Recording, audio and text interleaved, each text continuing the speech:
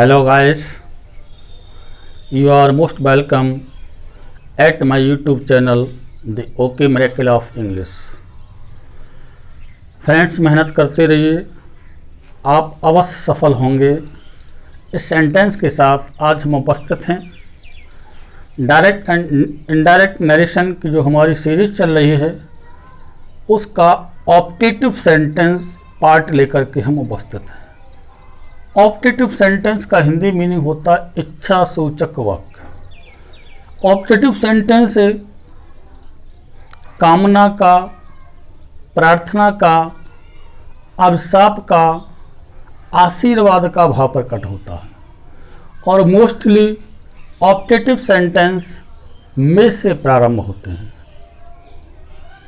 तो सेशन को शुरू करने से पहले आपसे विनम्र निवेदन है, अगर पहली बार चैनल पर विजिट कर रहे हैं तो सब्सक्राइब का लाल बटन प्रेस करें, बेल आइकन दबाएं और वीडियो अच्छा लगे लाइक शेयर कमेंट करना ना भूलें।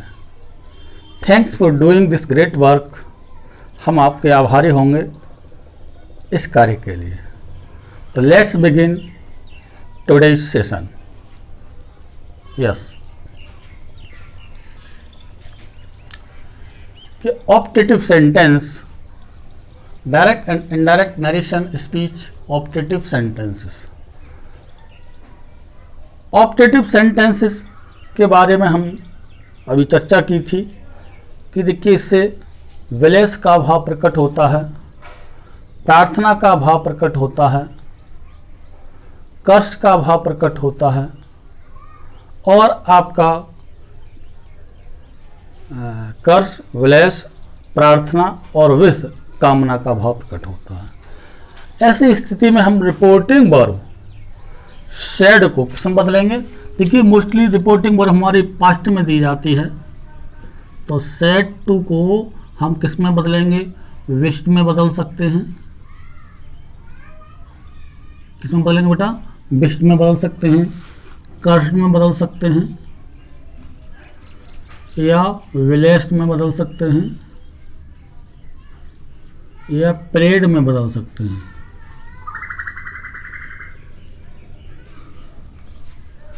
रिपोर्टिंग वर्ब सेड टू को विश्ड, कष्ट, विलेस्ड या प्रेड।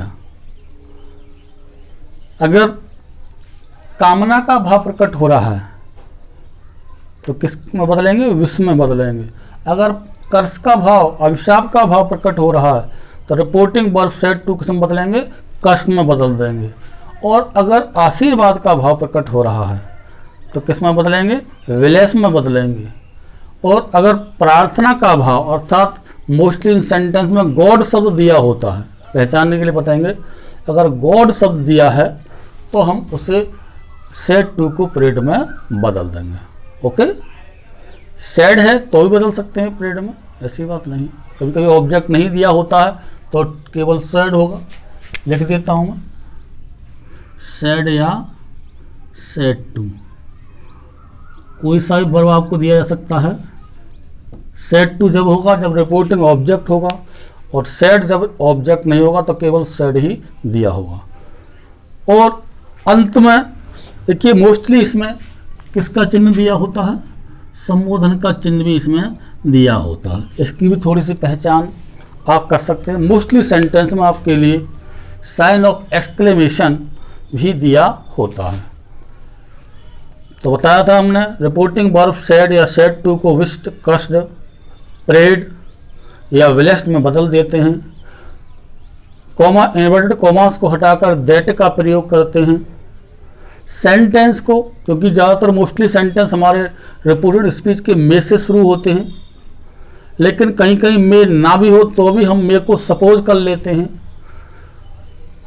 है तो कोई बात नहीं, और नहीं है तो भी कोई बात नहीं है, तो हम सपोज कर लेंगे, मान लेंगे हाँ मे वहाँ पर है, और मे को पास्ट फॉर्म में माइट हम बना लेते हैं। तो ये रूल्स हमारे सब ओल्ड हैं, पुराने हैं, उसी अनुसार हम इन्हें बदलेंगे। दूसरा ये देखना है कि रिपोर्टेड स्पीच के सेंटेंस को असर्टिव फॉर्म में बनाएंगे। किस में बनाएंगे? असर्टिव फॉर्म में, क्योंकि मे दिया है तो मे का मतलब है कि सबसे पहले हेल्पिंग वर्ब का सेंस जाता है। तो हमें क्या लाना, सब्जेक्ट लाना है सबसे पहले। हेल्पिंग वर्ब टू सब्जेक्ट के रूप में सेंटेंस मोस्टली दिया होगा और आपके लिए सब्जेक्ट टू हेल्पिंग वर्ब के रूप में लिखना है। Okay, now let's begin. और अंत में दिए गए sign of exclamation, inverted commas को हटा करके फुल स्टॉप का प्रयोग करना है। तो देखिए किस तरह से करेंगे, आसानी से हम समझेंगे, बहुत ही बेहतरीन तरीके से हम इसे समझ पाएंगे। कोई रूल्स के चक्कर मत पड़े, केवल दिमाग में बैठाइए कि कैसे चेंज करना है।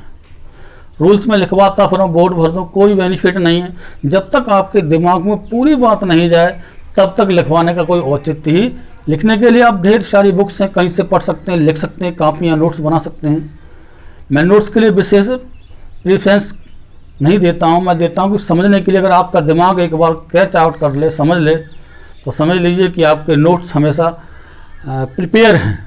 कभी पलटने, जब पलटो तब तैयार हैं। ना वर्षा, ना आंधी, ना तूफान इन्हें जला गला नहीं सकती। जब तक आप हैं, आपको इच्छा है, तब तक आप इन्हें रख सकते हैं। और इच्छा ना हो तो भी आपके अंदर ये बने रह सकते हैं। केवल आवश्यकता है पुनः रिमाइंड करने की, पुनः दोहराने की। तो लेट्स बिगिन। देखिए, he said to me may you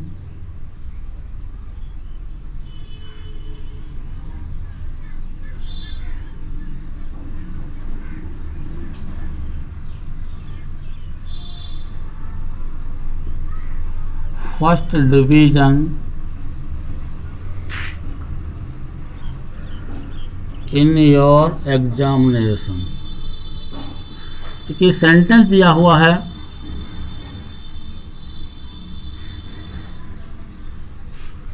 He said to me, may you get first division in your examination।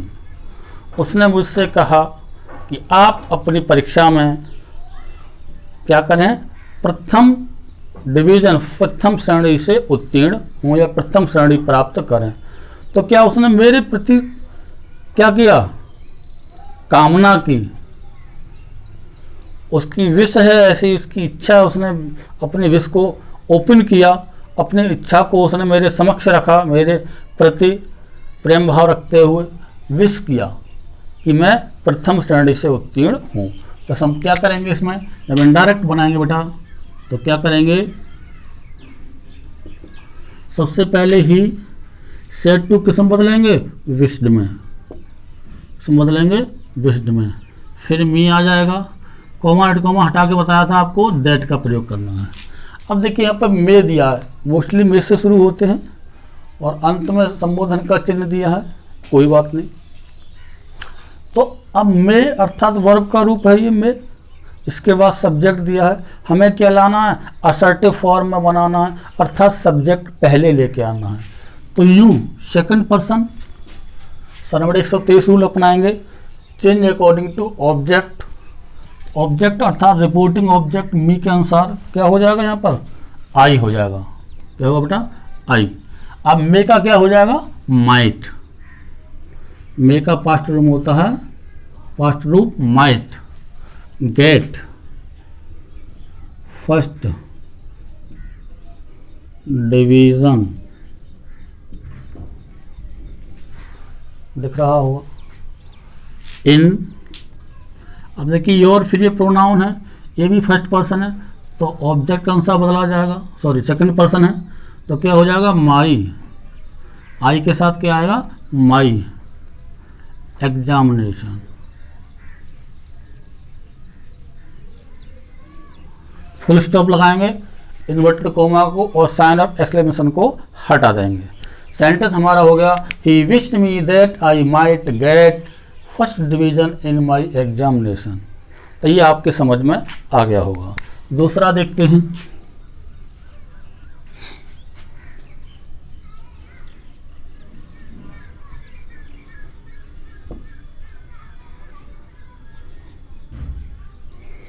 The old lady said to him,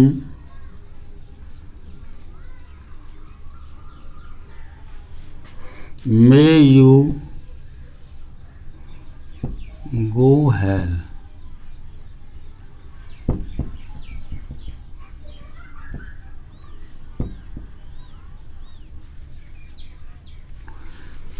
ध्यान दीजिए, the old lady, sorry sad शब्द रह गया, sad यहाँ लिख दे रहा हूं मैं।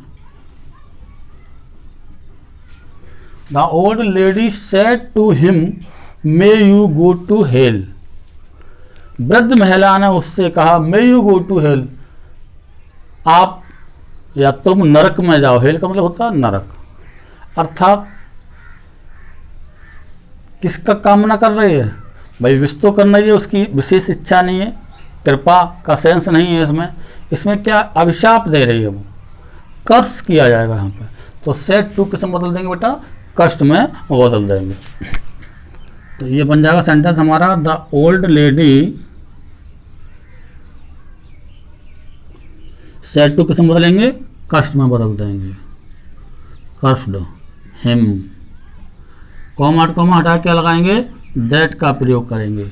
अब देखिए मे दिया है, चूंकि संबोधन का चिन्ह है तो हम समझेंगे ऑप्टेटिव सेंटेंस है, मेक स्टार्टिंग है। तो सब्जेक्ट सबसे पहले लाएंगे you, sorry second person, object कौन सा बदला जाएगा? तो हो जाएगा यहाँ पर ही। अब मे का क्या हो जाता है? Might, he might go to hell, full stop. तो इस तरह से हमने समझा the old lady cursed him that he might go hell, ये हमारा सेंटेंस इनडायरेक्ट फॉर्म बन गया। तो कामना का बोध हुआ तो हमने विश का प्रयोग किया। जब अभिशाप का बोध हुआ तो हमने सेड टू को कष्ट में बदल दिया और अभिशाप का रूप इस सेंटेंस ने दे दिया। इस तरह से हमारा इनडायरेक्ट फॉर्म बन गया। ये आपके समझ में आ गया होगा। नेक्स्ट देखते हैं अभी।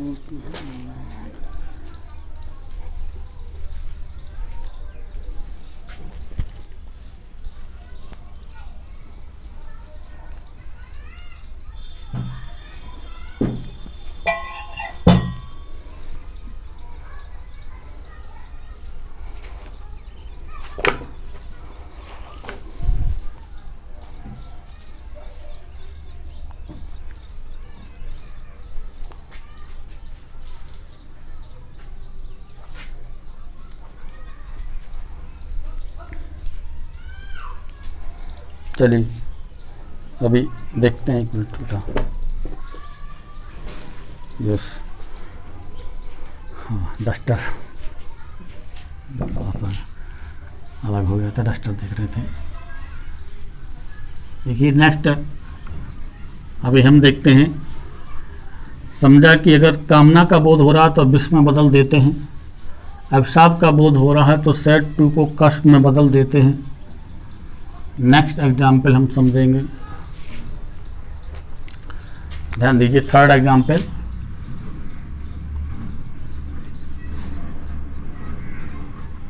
He said comma may God help you. देखिए ध्यान दीजिए, he said may God help you. उसने कहा भगवान तुम्हारी सहायता करें।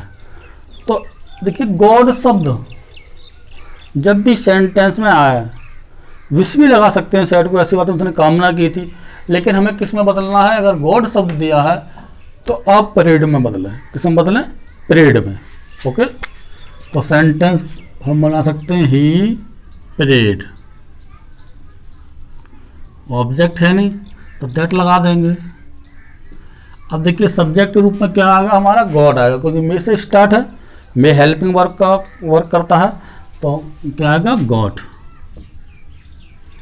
मे का क्या हो जाएगा, माइट। सब्जेक्ट टू वर्ब के रूप में लिखेंगे हेल्प। अब यू देखिए सेकंड पर्सन है, ऑब्जेक्ट अनुसार ऑब्जेक्ट है नहीं, तो किसी को भी ऑब्जेक्ट आप मान सकते हैं। मी मान लीजिए, चाहे हिम मान लीजिए, चाहे हर मान लीजिए। अब हिम इसलिए नहीं मानिए क्योंकि ही दिया है, तो हर और मी को आप सपोज कर सकते हैं, तो इसके लिए हम क्या लिख सकते हैं, हर, या फिर मी कर लो, ये ब्रेक में लिख दो यू, ज़्यादा चाहो तो बस फुल स्टॉप हो जाएगा। मतलब किसी भी के लिए हम ऑब्जेक्ट बना लें तो ये बेटर माना जाता है, अच्छा रिजल्ट इसका माना जाता है। यू का यू न रहने दें, हालांकि यू का यू भी ठीक है, लेकिन कोशिश करिए कि कोई ना कोई ऑब्जेक्ट सपोज आप कर लीजिए, तो ये आपके समझ में आ गया होगा। अब देखिए नेक्स्ट लिखते हैं,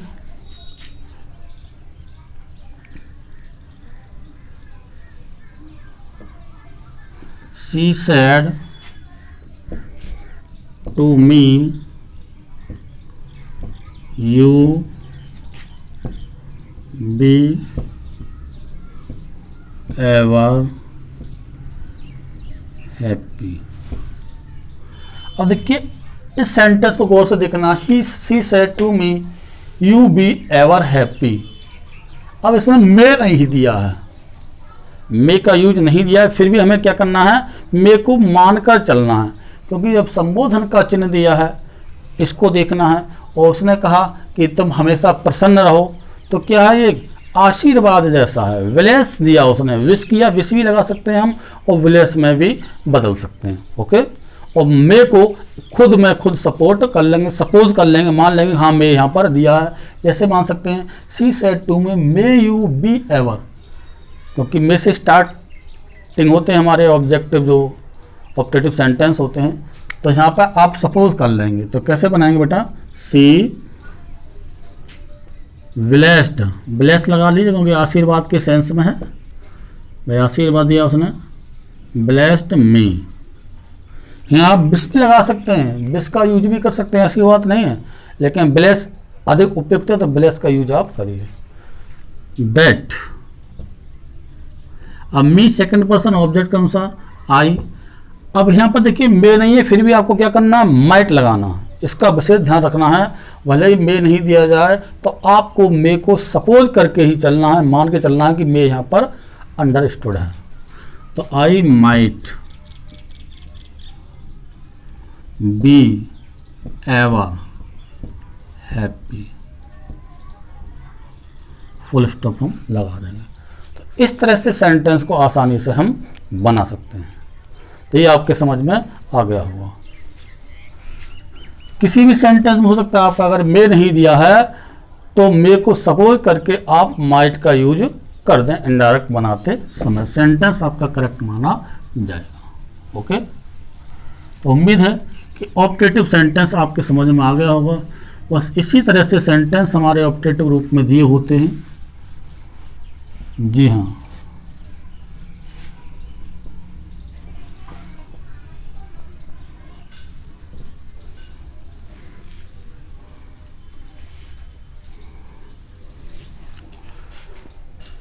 that's okay. Thanks for watching this video. Objective में हमारा बस इसी तरह से सेंटेंस आएंगे, इससे अधिक आपसे नहीं पूछे जाएंगे। तो बेस्ट ऑफ लक, जय हिंद, जय भारत, टेक केयर।